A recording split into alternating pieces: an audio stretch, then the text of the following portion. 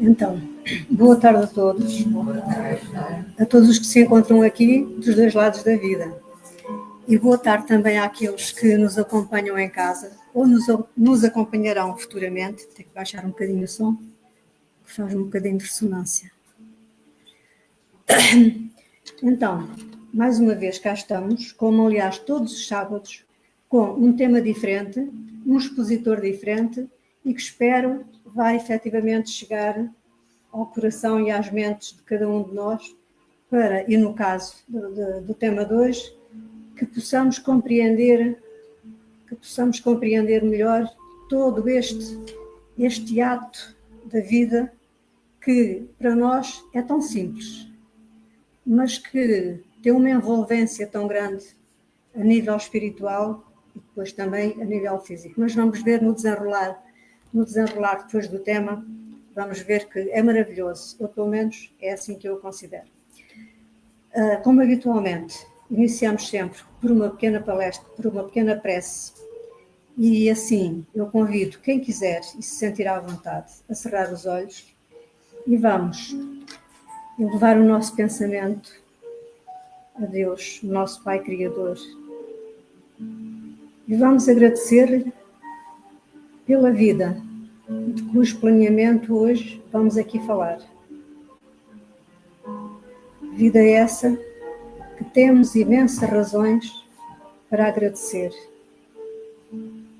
com tudo o que ela contém, as coisas boas, as coisas menos boas, que também são necessárias à nossa reforma íntima e à nossa evolução. Vamos agradecer a Jesus, o nosso mestre, o nosso irmão maior, o governador espiritual deste lindo planeta onde vivemos, todo o amparo, todo o auxílio que ele nos dá. À equipa espiritual desta casa, que preparou um ambiente de paz e serenidade para que todos nós possamos usufruir dessas benesses, tentando que levemos para os nossos lares, para as nossas famílias, para todos aqueles com quem nos cruzarmos, essa mesma paz e serenidade. Ao guia espiritual de cada um de nós, que diariamente nos intui, nos aconselha para o bem, nos mostra o caminho que devemos seguir, embora ele seja de facto mais difícil que o caminho do mal, a chamada porta larga. Vamos agradecer a toda a espiritualidade, todas as benesses com que nos têm presenteado, digamos assim. E a todos eles nós pedimos ajuda para cada um de nós aqui presentes, para os que se encontram em casa, para os respectivos lares e familiares, para os nossos amigos e também para aqueles que se julgam nossos inimigos. Vamos pedir também que os trabalhos de hoje, aqui na Casa Espírita, decorram da melhor maneira, não pela parte física da matéria, mas sim por aquilo que possa chegar às almas à alma de cada um de nós e que possamos, de facto, fazer uma reflexão e compreender a vida como ela é planeada, como ela acontece e para vermos a intervenção que a espiritualidade tem em todo o seu processo. Bem-aja a todos.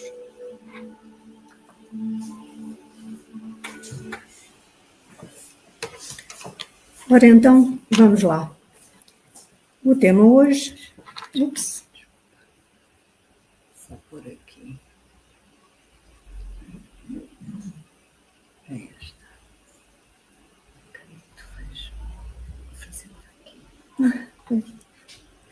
O tema hoje é o planeamento da vida, como aliás aqui está e já tinha sido dado, já tinha sido publicado. Então, o direito à vida é o mais sublime e inalienável dos direitos humanos. E isso acontece tanto na lei divina quanto na lei humana. Nós sabemos que qualquer país nas suas leis, feitas pelos homens, está sempre presente os direitos humanos e o direito à vida em primeiro lugar. Isto dos homens que são imperfeitos, como todos nós somos. Mas, claro, está mais ainda na lei divina, que é o primeiro direito que Deus nos concedeu, é o direito à vida, pois foi Ele que nos a deu e que nos criou. É dádiva sublime de Deus, e sendo concedida pelo Divino Criador, somente a Ele cabe a sua interrupção no plano físico. Ora, isto, o que é que nos lembra? Que não deve haver suicídio. Estamos a ir contra as leis de Deus, para além de não melhorarmos em nada quem comete o suicídio, porque os problemas que a pessoa tem cá não os deixa, leva-os com ela, e depois a esses ainda se vão somar as consequências do ato que praticou contra as leis divinas.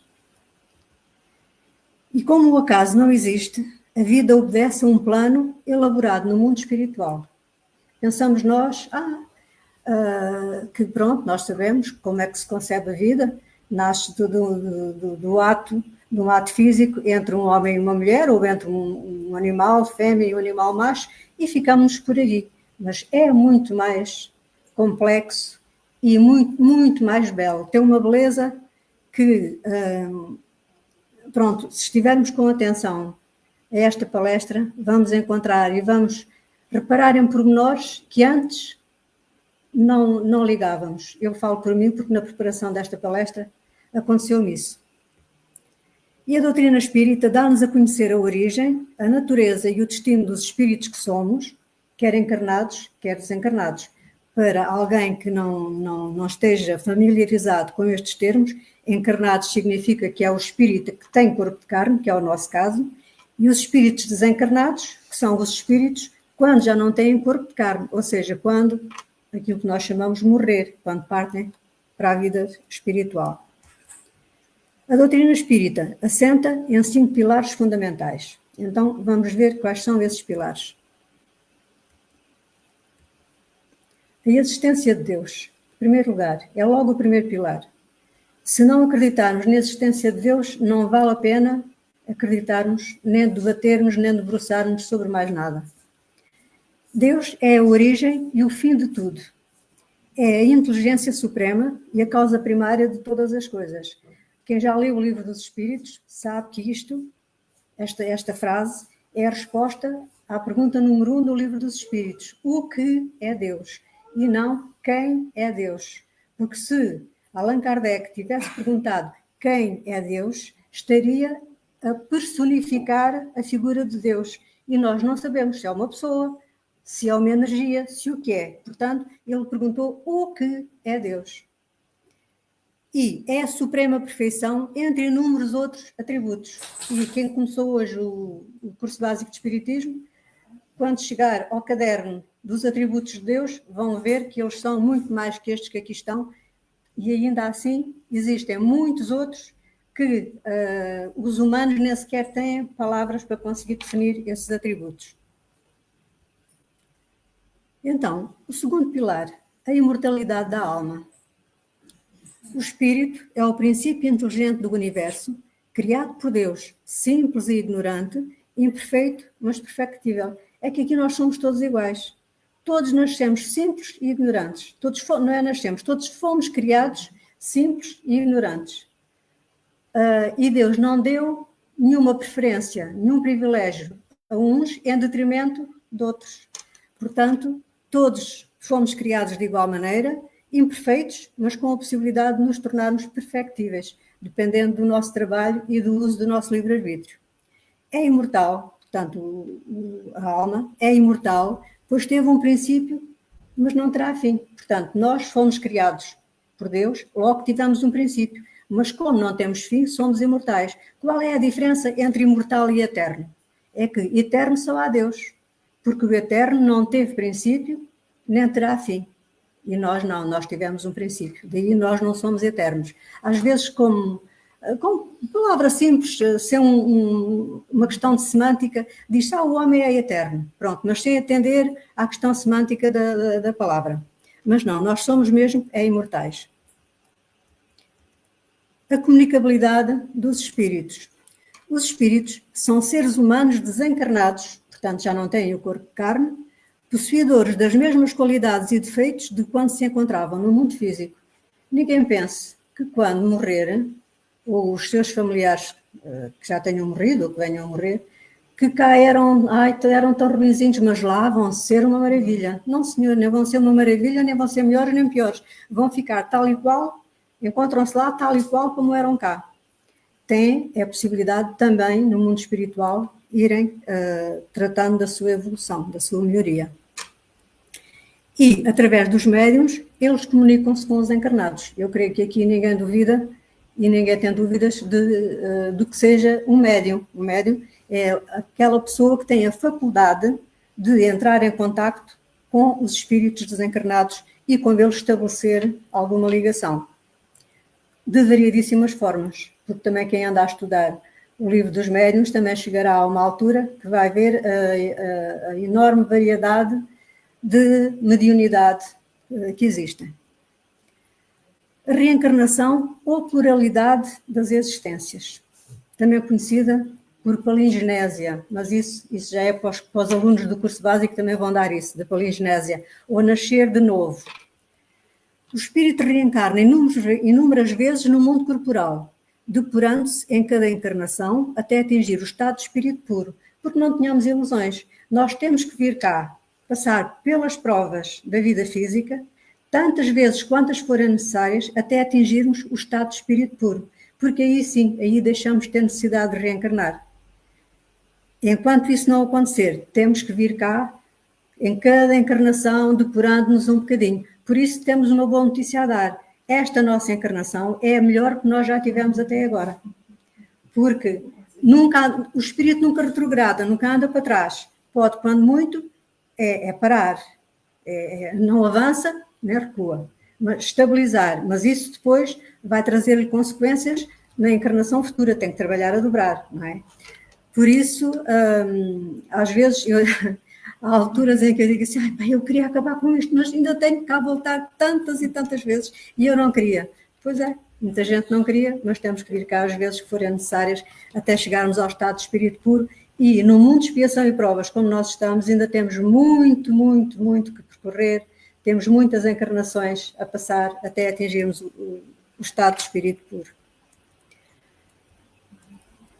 Temos também a pluralidade dos mundos habitados, que agora a ciência, este é o único que a ciência ainda não confirmou, mas a ciência neste momento já está quase que a confirmar que há outros mundos também habitados.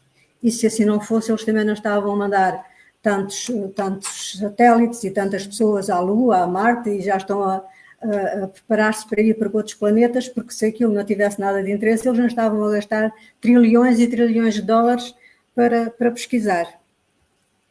A Terra não é o único planeta habitado no universo, pois Deus, que nada fez de inútil, não criaria a imensidade de planetas existentes para simples recreio da vista humana. E qual vista? Nós conseguimos ver uma dúzia deles ou umas centenas, há trilhões e trilhões de galáxias e de astros, e agora conseguimos ainda ver mais alguns desde que se inventou o telescópio. Porque de antes nem isso, via-se, pronto, as estrelas à noite, lá se identificava a Ursa Maior, a Ursa Menor, pronto, uma série de algumas constelações e pouco mais. Depois descobriu-se o telescópio, começou-se a ver mais alguma coisa. Depois veio o Hubble, começou a ver-se muito mais coisas. E agora não parou porque já há outro superior ao Hubble. Mas, de qualquer maneira, é uma infinidade. Não sei se vocês já viram a palestra, uma palestra que o Antero Ricardo veio aqui dar, que é a transição planetária, que aliás também temos aí o livro, que ele baseou-se nesse livro. Isto é fantástico, aquelas imagens, aquilo é maravilhoso, vermos que nós realmente, neste mundo diverso, tão cheio de astros e de tanta coisa, nós, planeta Terra, somos um biquinho de alfinete no meio de várias galáxias e chega a uma altura em que nem sequer é vista. Portanto, nós achamos que isto é tão grande, o nosso Sol achamos que é muito grande, que é muito maior que a Terra, é claro, mas até esse acaba por desaparecer naquele mundo diverso que é tão infinito, que é tão grande, que não conseguimos realmente, a nossa vista, mesmo com os aparelhos que que já foram inventados e aqueles que vierem a ser, nem assim conseguiremos alcançar esses astros. Portanto, e aqui diz que Deus nada fez de inútil, e não, como Deus nada faz de inútil, não ia fazer tantos e tantos trilhões de astros para nada, não é? Era estar a trabalhar sem qualquer resultado. No livro dos Espíritos, na questão 166, Allan Kardec perguntou aos espíritos: a alma que não atingiu a perfeição durante a vida corporal, como acaba de se purificar? E eles responderam: submetendo-se à prova de uma nova existência. Portanto, é por isso que nós estamos cá. Como cumpre a alma essa nova existência? Pela sua transformação como espírito? Ao purificar-se, a alma passa, sem dúvida, por uma transformação, mas para isso necessita da prova da vida corpórea. Portanto, nós temos que andar cá para que a nossa alma, o espírito que nós somos, possa de facto evoluir e transformar-se. A alma, portanto, tem muitas existências corporais? Sim, todos temos muitas existências. Os que dizem o contrário querem manter-vos na ignorância em que eles mesmos se encontram. É o seu desejo. É que alguns encontram-se na ignorância, mas há outros, portanto, esses encontram-se na ignorância e também querem que nós continuemos ignorantes. Mas há outros que já sabem, mas não querem que nós saibamos. Portanto, há as duas situações. E viram ali o caso da borboleta, que começa por uns ovinhos, não é? Depois passa a lagartinha, depois a crisálida e por fim nasce aquela borboleta. A transformação que ela sofre para conseguir atingir a sua plenitude de vida. Também nós temos que passar por muitas transformações para obtermos o resultado que necessitamos. Parece resultar desse princípio que, após ter deixado o corpo, a alma toma outro, que reencarna noutro corpo. É assim que deve entender-se? É evidente. Portanto, uma alma não pode reencarnar no mesmo corpo, que era aquilo que é a diferença que existe entre reencarnação e ressurreição. Quem acredita na ressurreição, acredita que o corpo morre, a alma fica, é imortal, e depois, no dia do juízo final, a alma junta-se ao corpo. Agora imaginem os trilhões de corpos que já cá viveram e que já se desfizeram, já deram origem a outros corpos e tudo isso. Portanto, isso até ia contra a lei divina, porque era impossível que isso tivesse justificação. Qual a finalidade da reencarnação? E cá estamos nós. Expiação. E o que é a expiação? É nós pagarmos erros que já cometemos. E principalmente erros que cometemos em vidas passadas. E alguns nesta vida também. E o melhoramento progressivo da humanidade. E também para sermos submetidos a provas. A provas não é necessário já termos errado. É necessário submetermos a determinadas situações para ver como as ultrapassamos. É como um aluno quando vai fazer uma prova de um exame. Ninguém está a castigá-lo, ele não está a espiar nada, não está a pagar por erro nenhum que tenha cometido. Está a ser submetido a uma prova para ver se está em condições de passar para o ano seguinte. Sem isso, onde estaria a justiça, se não houvesse reencarnação? Porque senão nós indagávamos. Porque é que uns nascem ricos, outros nascem pobres? Só temos esta existência para viver.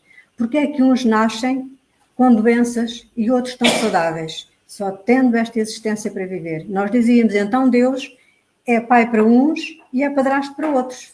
Ora, Deus, que é soberanamente justo e bom, não podia fazer uma coisa dessas. Então, o que Ele dá é a possibilidade de cada um de nós virmos cá às vezes que forem necessárias até a nossa perfeição. Mas, enquanto cá estamos, passamos por tudo isto. Numa encarnação somos ricos, noutras somos pobres, numas somos doentes, noutras somos saudáveis, numa somos homens, somos mulheres, e conforme aquilo que nós fizermos, é aquilo que iremos escolher. Porque Jesus dizia que a sementeira é livre, mas a colheita é obrigatória. Nós só semeamos se quisermos, mas a colheita é sempre obrigatória. E com esta imagem de Jesus, que eu adoro, acho isto uma maravilha. Allan Kardec continua a interrogar os espíritos. O número das existências corporais é limitado ou o espírito reencarna perpetuamente? E a resposta, aliás, já falámos aqui nisso, não é? Em cada existência, o espírito dá um passo na via do progresso. Quando se despejar de todas as suas impurezas, já não precisa das provas da vida corporal. Portanto, ele não tem que reencarnar perpetuamente. Só tem que reencarnar até atingir o estado de espírito puro.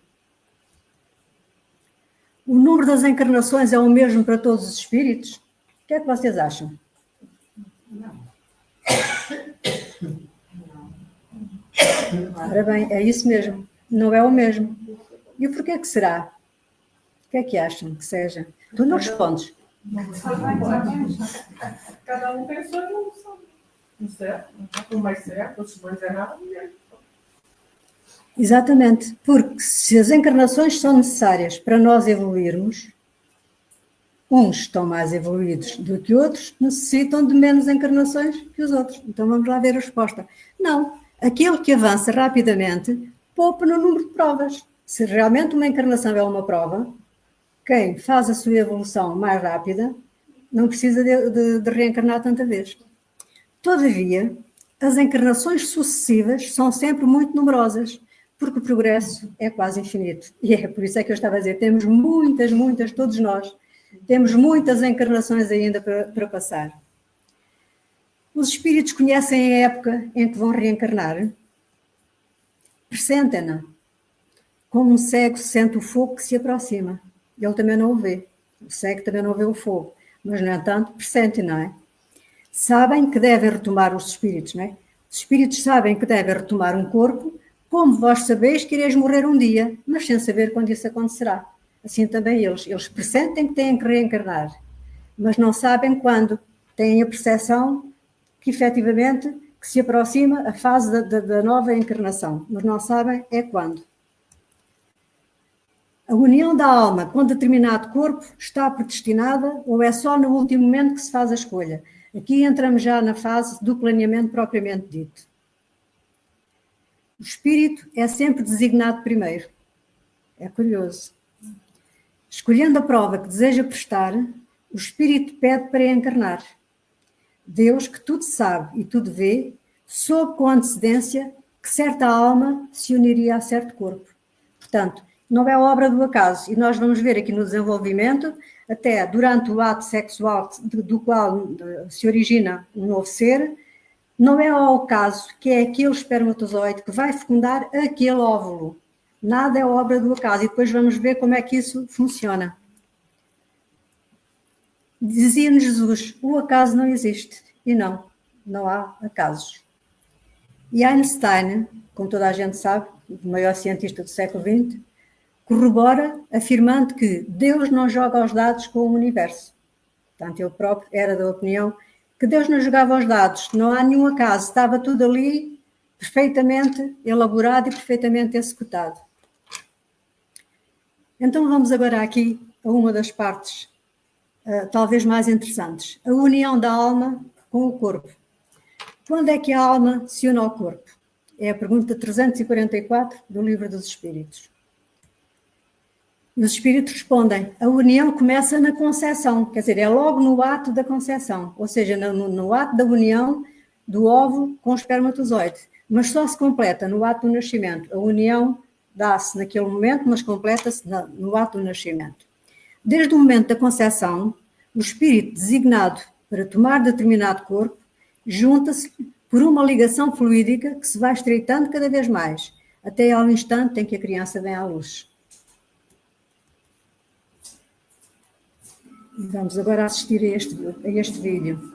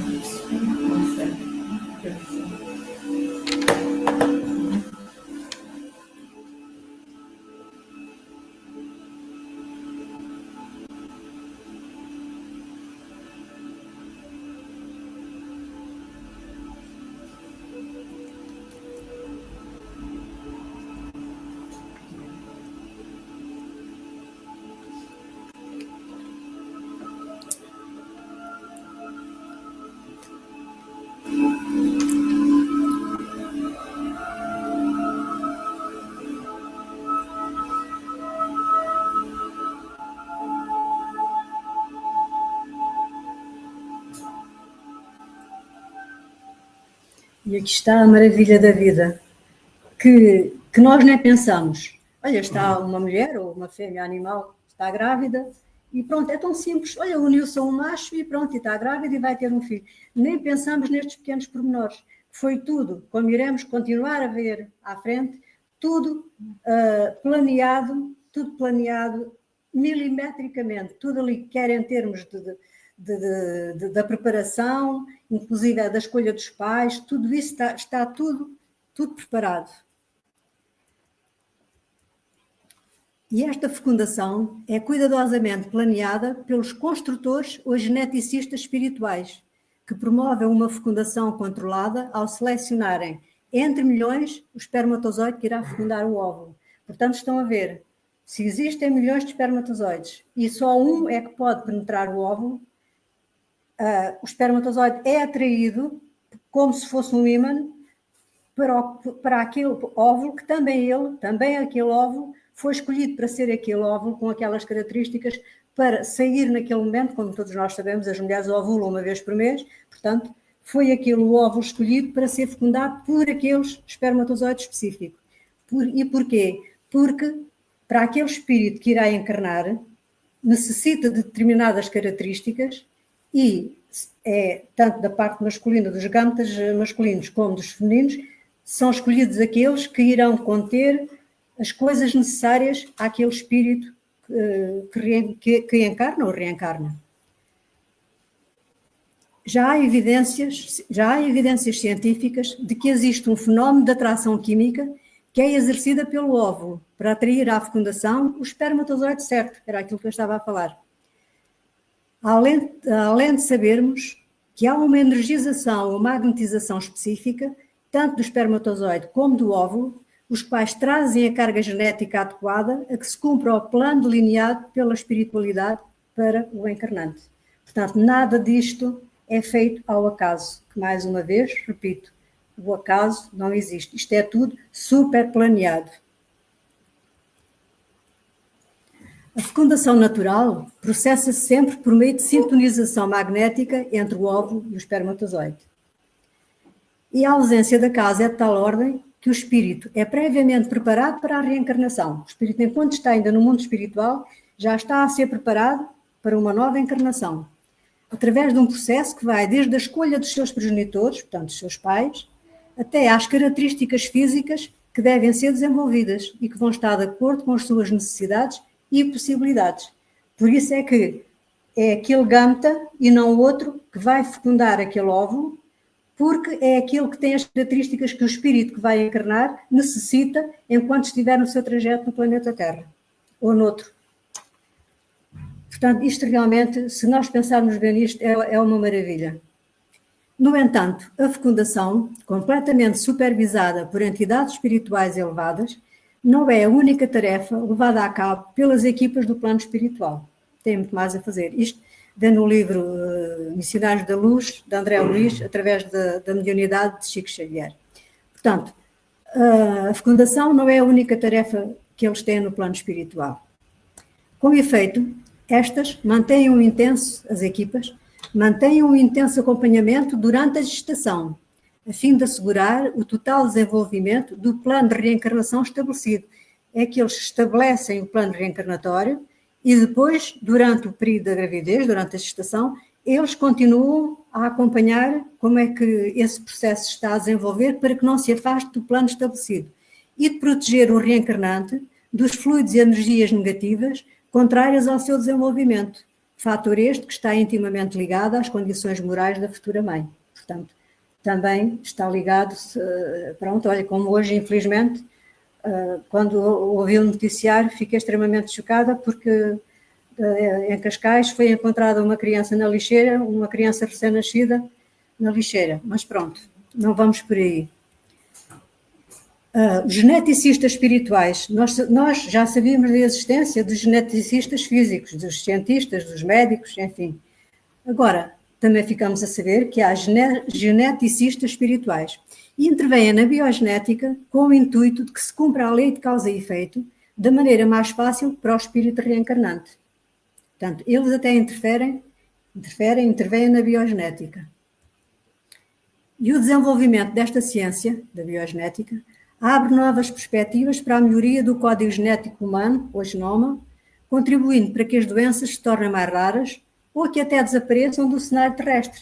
Portanto, se nós há 200 anos nem sequer havia, até há menos tempo, nem sequer havia um antibiótico que não tinha sido descoberto, que morria tanta gente e que nós agora, com os comprimidinhos que tomamos durante um determinado tempo, conseguimos superar tantas e tantas doenças, tempo virá em que, através do estudo do genoma humano e da aplicação da biogenética, haverá alturas em que algumas doenças se tornam mais raras, e nós temos algumas. Tivemos a tuberculose, que matou tanta gente, hoje é raro. A varíola, que matou tanta gente, é raro. A poliomielite, que deixou tanta criança e adultos paralisados ou deficientes, hoje também é raro.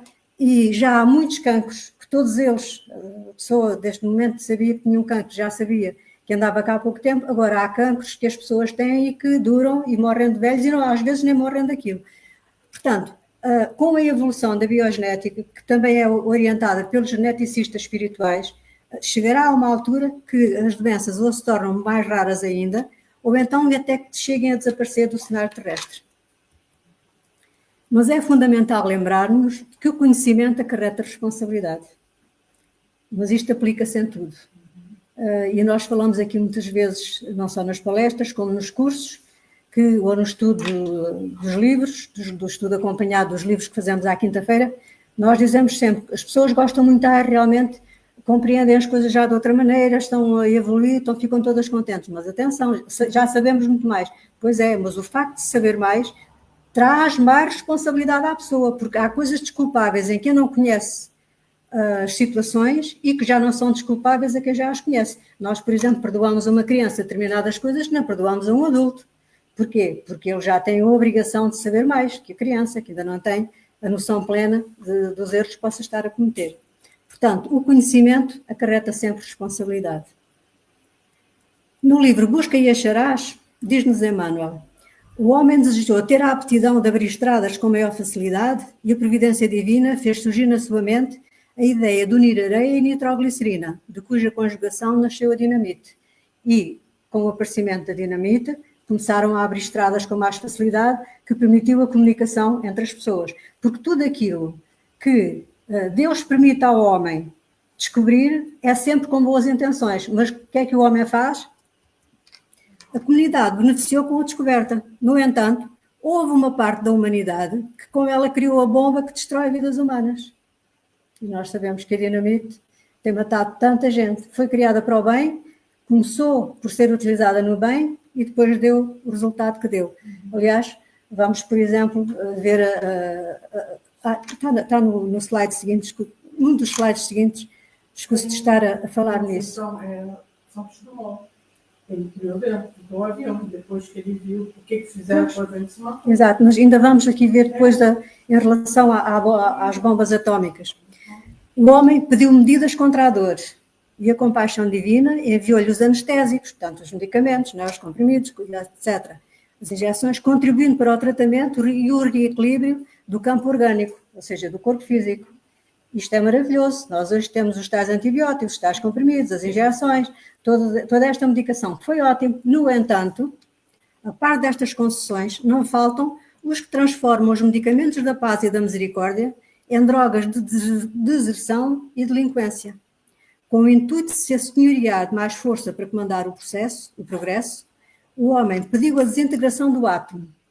E a desintegração atómica está no mundo, ignorando-se qual o preço que a Terra pagará até que esta conquista seja respeitada mediante o repúdio de qualquer apelo à destruição. Algumas já nós sabemos. Por exemplo, nós sabemos que em 1945 o que levou ao término da Segunda Guerra Mundial foi precisamente as bombas atómicas sobre Nagasaki e Hiroshima.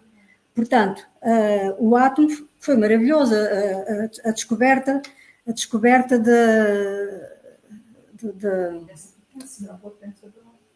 falta-me aqui a palavra que tenho que ir ler. A desintegração, era a palavra que me faltava.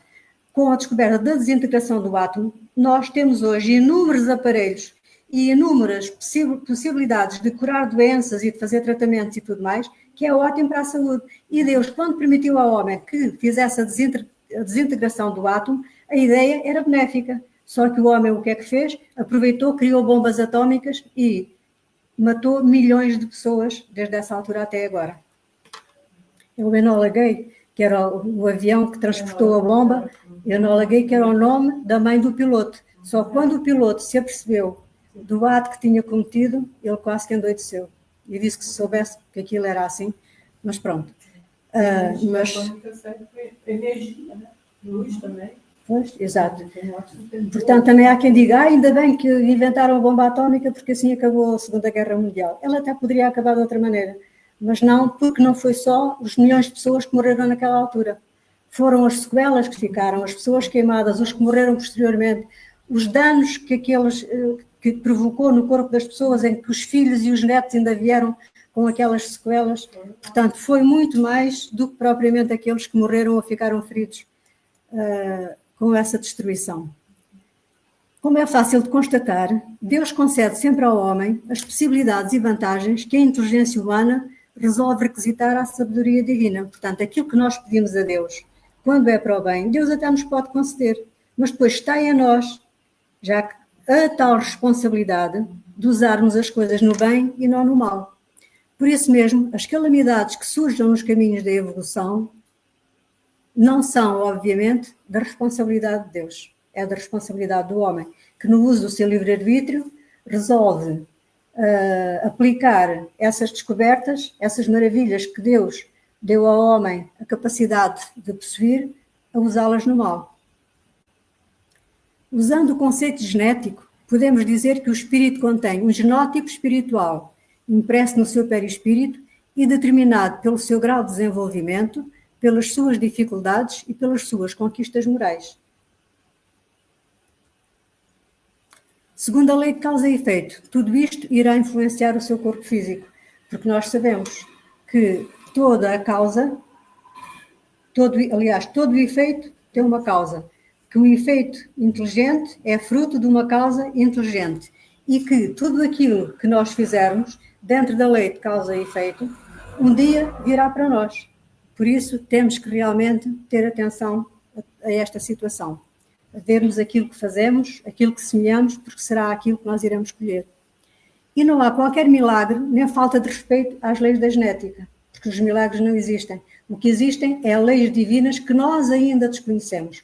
E quando vemos o efeito dessas leis divinas, achamos que aquilo é um milagre. Às vezes usa-se o milagre, entre aspas, como eu, por exemplo, uso o milagre da vida, porque realmente é uma maravilha, mas não que ela aconteça por milagre. É um milagre, entre aspas.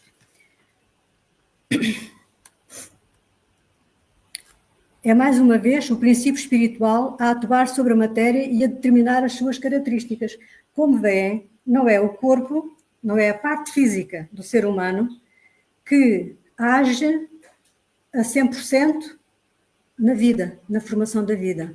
Tem uma pequenina parte, porque a elaboração, o planeamento foi toda feita no mundo espiritual. A escolha dos pais, a escolha do espermatozoide, a escolha do óvulo, o momento da fecundação, o acompanhamento durante a gravidez, as características que o ser reencarnado irá ter, tudo isso é elaborado no mundo espiritual. Nós é que achamos que é aqui que nós, pronto, sim senhora, a mulher está grávida, vai ter um filho e está tudo, ficamos por ali.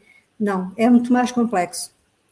É o perispírito que está a agir como se fosse um molde magnético que orienta e organiza o material genético celular, portanto das nossas células, através do seu material genético espiritual. Lá está, o mais importante é o material genético espiritual, que depois vai dar forma, digamos assim, ao material genético celular ou físico. Daí a importância da ação dos geneticistas espirituais ao darem ao espírito o genótipo material mais adequado ao seu genótipo espiritual. Portanto, é o genótipo material que tem que se adequar ao genótipo espiritual, porque, como acabámos de falar, o espiritual é muito mais importante em todos estes atos do que o físico. É como se o ADN traçasse o roteiro turístico da viagem da evolução, marcando as suas respectivas características, assim como as suas paragens, dores e alegrias. Contudo, temos de ter em atenção que o fatalismo não existe. Ou seja, há um futuro provável, não há um determinismo. A nossa vida não sofre nenhum determinismo. É fruto dos nossos atos, dos nossos pensamentos, dos nossos sentimentos. Não há um determinismo.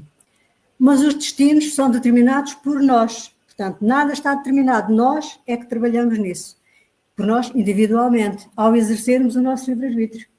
Dentro da tal lei de causa e efeito. Nós é que escolhemos o caminho que queremos seguir, sabendo que temos as consequências dessas escolhas.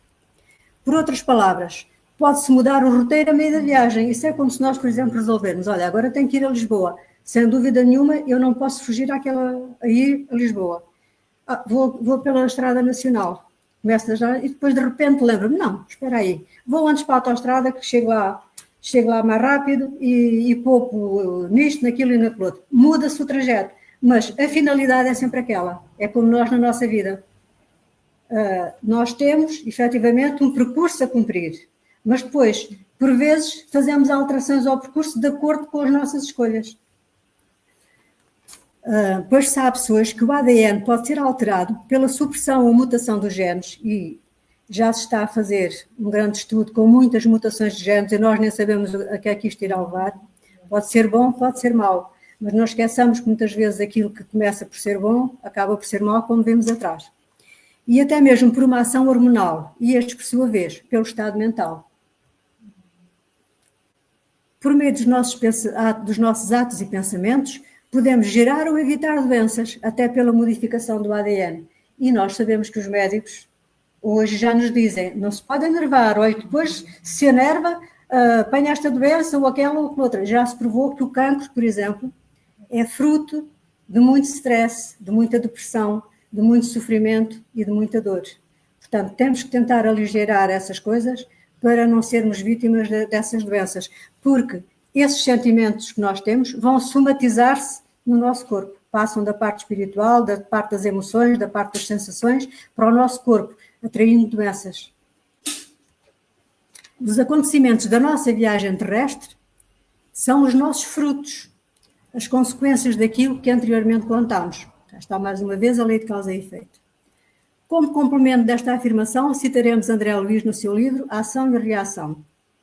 A alma humana é uma consciência formada, mostrando em si as leis que governam a vida e por isso já dispõe, até certo ponto, de faculdades com as quais pode influir na genética, modificando-lhe a estrutura, até certo ponto. Não se pode modificar uma estrutura por completo.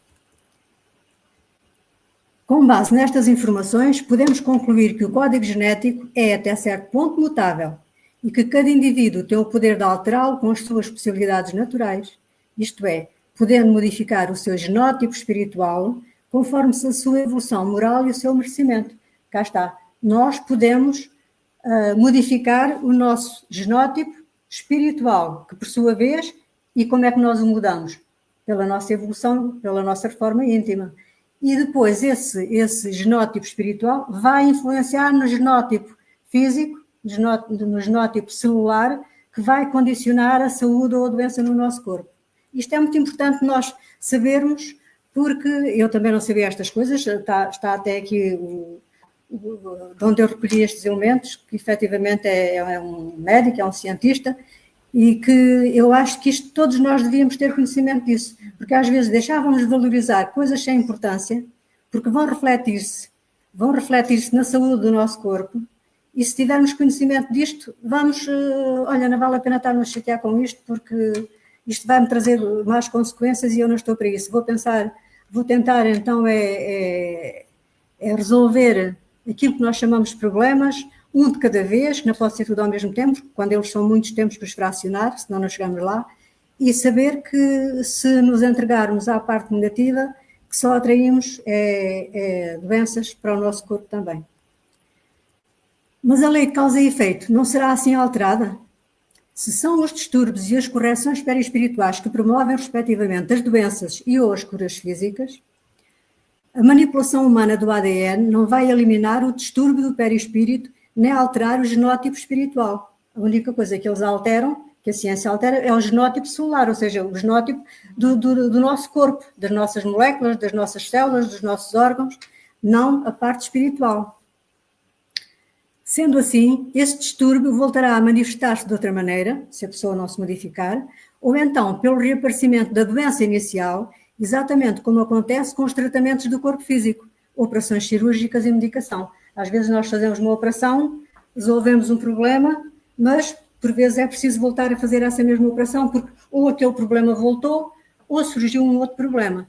Por vezes tomamos um medicamento, ele até nos pode melhorar, mas não nos cura. Necessitamos de um outro medicamento porque a doença mantém-se lá.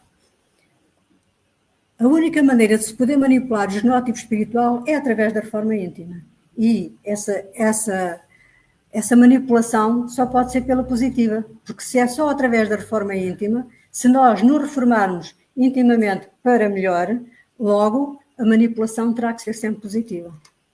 Como a subordinação do corpo físico ao espírito é total, reparem mais uma vez, o corpo físico está subordinado ao corpo espiritual e não o contrário.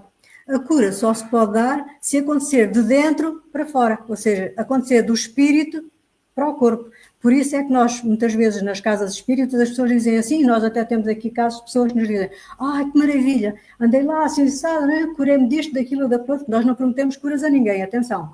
Mas há casos em que não somos nós, é a espiritualidade que aqui trabalha, que chega a curar essas pessoas. Mas porque a pessoa também fez por isso. Ao melhorar-se, fez a sua reforma íntima e ao melhorar-se espiritualmente, também o corpo acusou essas melhorias.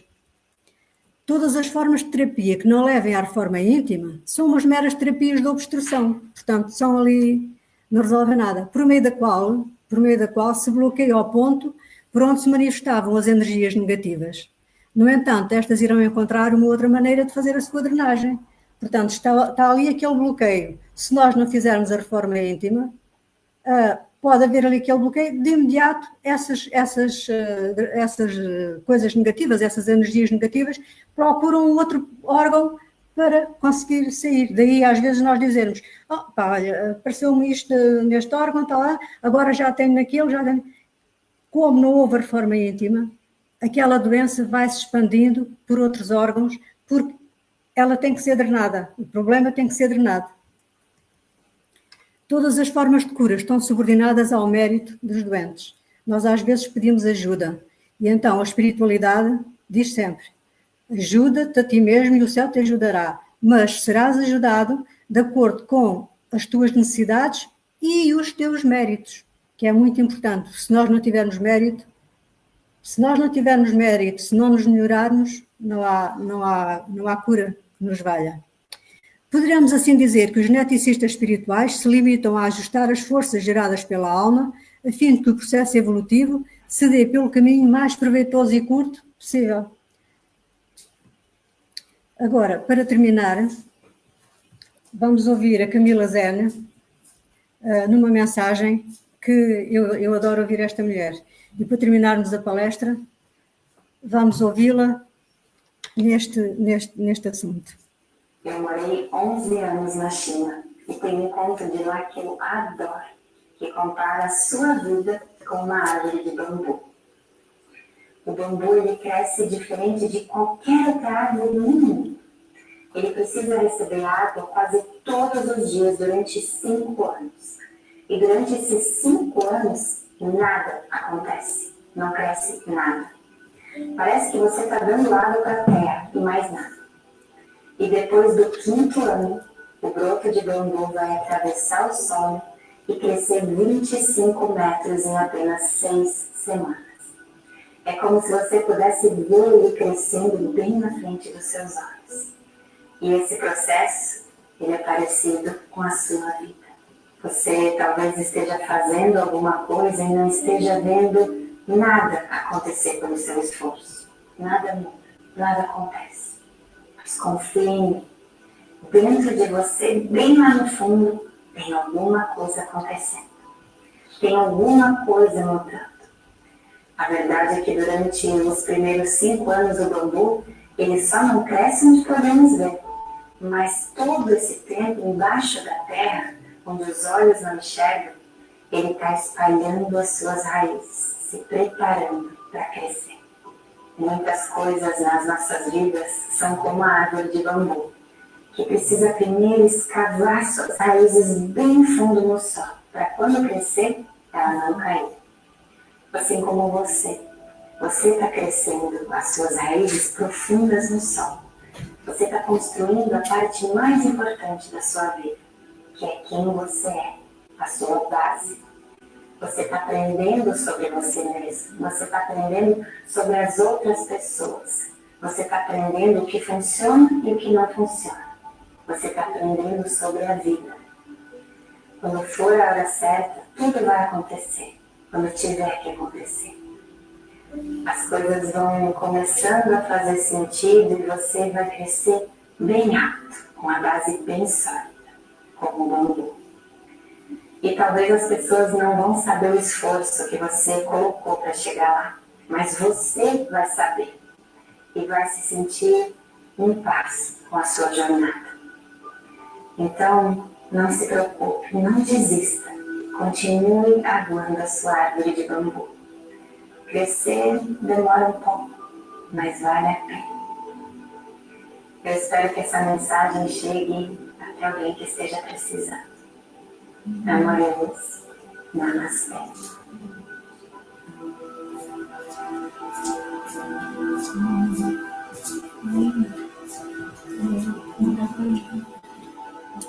Por isso, isto é verdade. Nas nossas vidas, às vezes, parece que nada evolui, que nos esforçamos tanto, que nada acontece, mas quando chegar a hora, as coisas acontecem.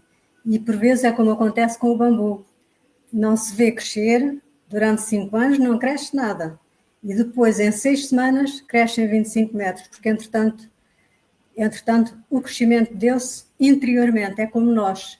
Nós temos a nossa vida física, mas principalmente temos a nossa vida espiritual, vamos crescendo espiritualmente, que vem depois a refletir-se na nossa vida física, na nossa vida material. E pronto, era isto que eu tinha. Onde me baseei foi no Livro dos Espíritos, no livro Missionários da Luz, Busca e Acharás, Ação e Reação. Fui à Revista Espírita Verdade e Luz, que estamos à espera agora deste bimestre, um artigo do Dr. Décio Landoli Júnior, foi de onde eu tirei estas partes mais científicas, pronto, que podem não despertar interesse a toda a gente, a mim por acaso desperta-me interesse, mas pode haver algumas pessoas que não se interessem tanto pela parte científica.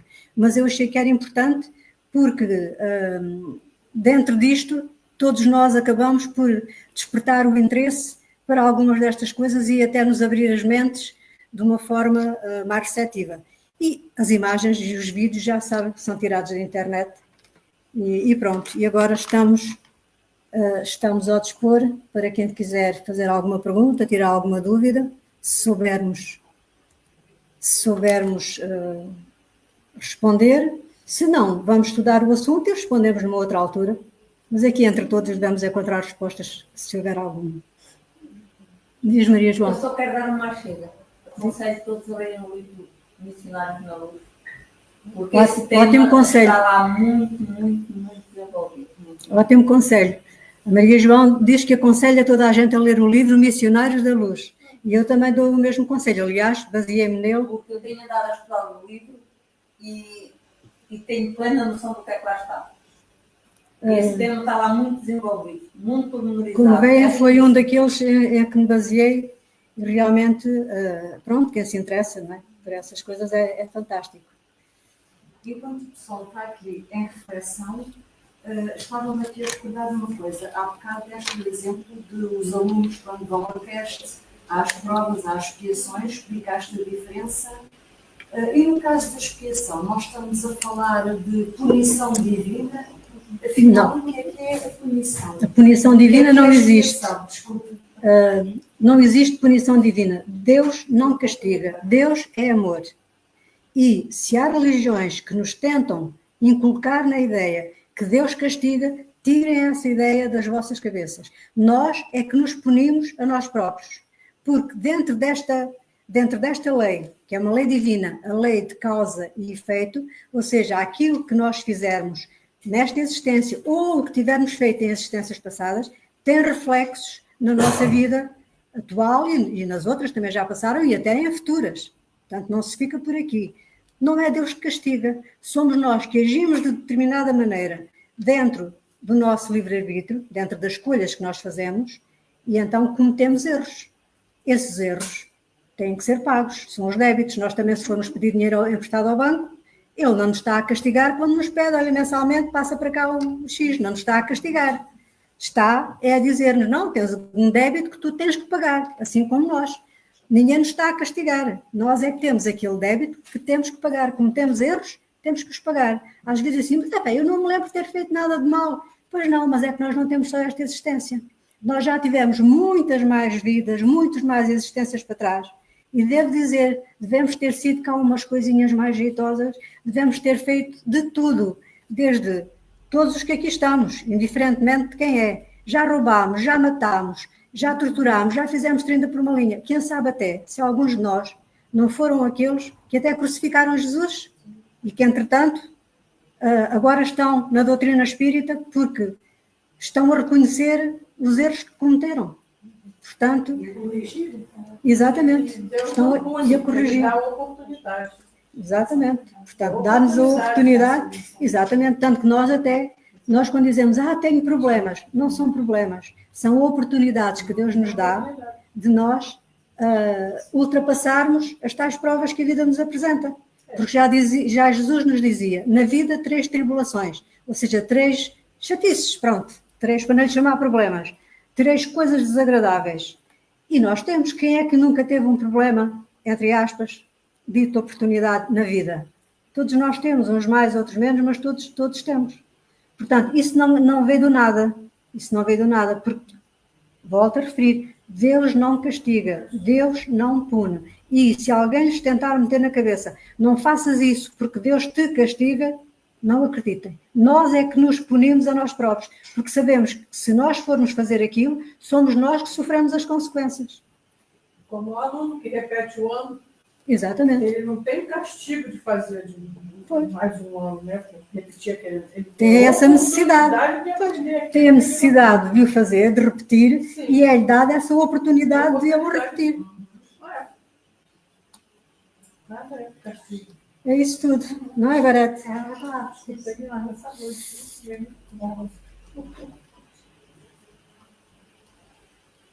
Pronto, então, olha, se não há mais questões ou opiniões, podemos passar à fase seguinte. Peço aqui à minha informática. Ainda não. Sim. Nós agora vamos... Edilson, venha aqui para o pé de mim. Nós agora... Até a mosquinha veio. Anda sempre atrás. Nós agora vamos terminar esta parte dos trabalhos da casa e terminar para os que estão em casa, não é? Termina aqui, mas para nós irá continuar ainda. E terminamos sempre com uma prece de encerramento dos trabalhos. E hoje convidei aqui o nosso Edilson, que vai falar alto e com boa dicção, vai fazer ele a prece de encerramento, que eu gosto muito das preces dele, e vai ter que falar alto para ser ouvido lá em casa. Então, fica o Edilson convosco, aqui a fazer a prece de encerramento, que vamos todos acompanhar. Isso. Espera aí, agora. Ora bem. Então, Quem quiser, feche os olhos e vamos acompanhar o Edilson. Que Deus abençoe todos nós. Que só tenho a agradecer a Deus, principalmente por estar aqui mais uma vez, com todos vocês. Muito obrigado, Senhor, nosso Deus, por estarmos aqui reunidos para aprender mais uma vez um pouco sobre a palavra de Deus, a palavra da vida, do conhecimento,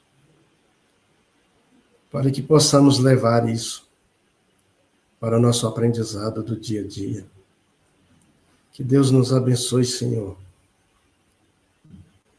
Nos abençoe sempre em nossas casas e nossas vidas.